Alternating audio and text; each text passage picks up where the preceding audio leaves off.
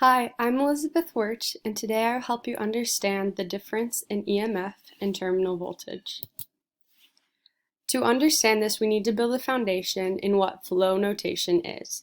Benjamin Franklin was key to this idea. He performed many experiments on electricity and understood that current had to be the movement of charges, but he guessed that it went from positive to negative charge.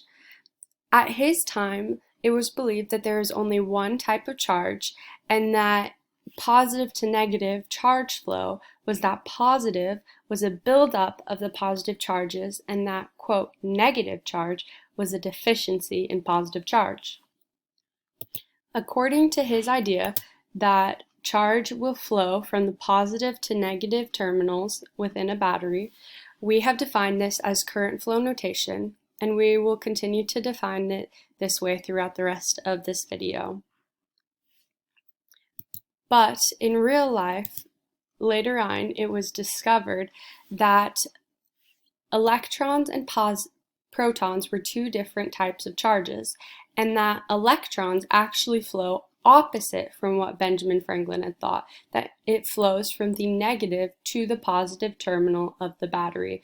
And so I created this animation to help you see that the electron or the charge would be moving in the opposite direction from the previously shown current flow notation.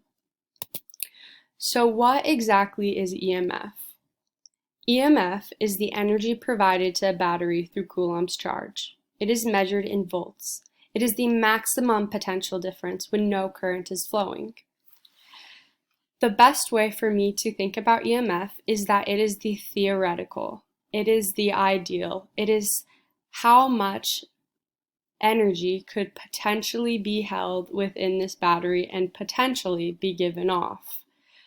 And so to describe this, I show through current flow notation the electron or the charge going from the positive to negative terminal of the battery, and that it does not move through the wire at all.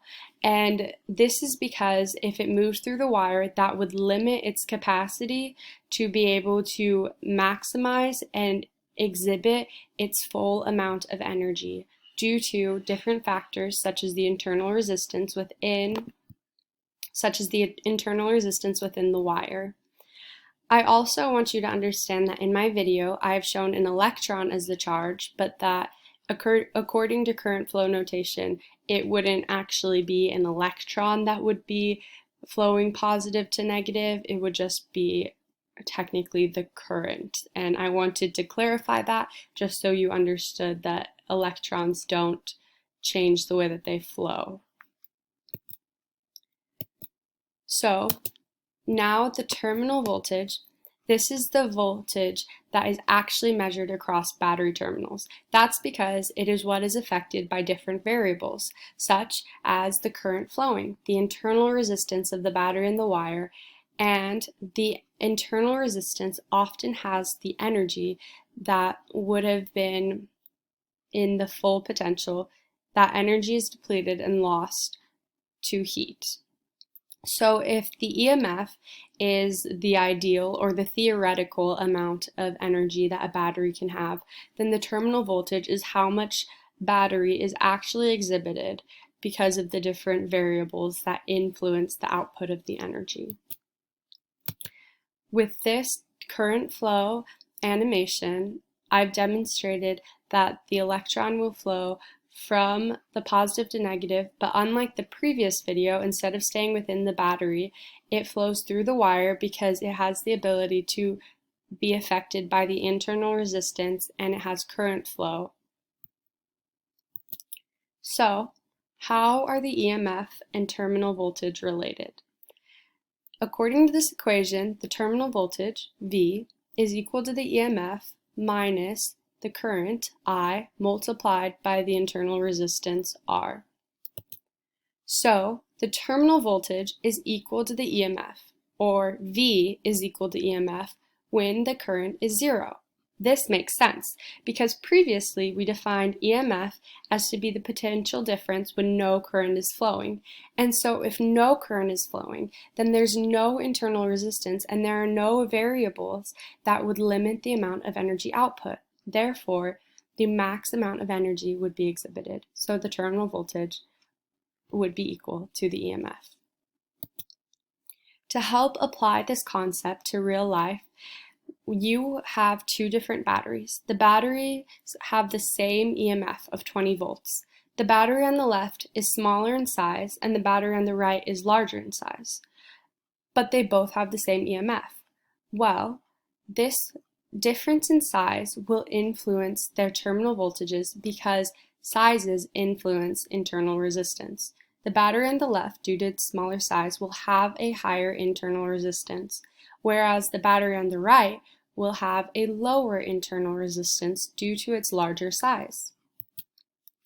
In order to explain this idea more fully, you can use the equation V is equal to EMF minus IR. If it's discovered that the internal resistance for the battery on the left is 5 ohms, and for the battery on the right it's 2 ohms, and both have the identical current of 0.2 amps flowing through them, you will discover that for the battery on the left, the terminal voltage is 19 volts. Whereas the battery on the right, the terminal voltage is 19.6 volts.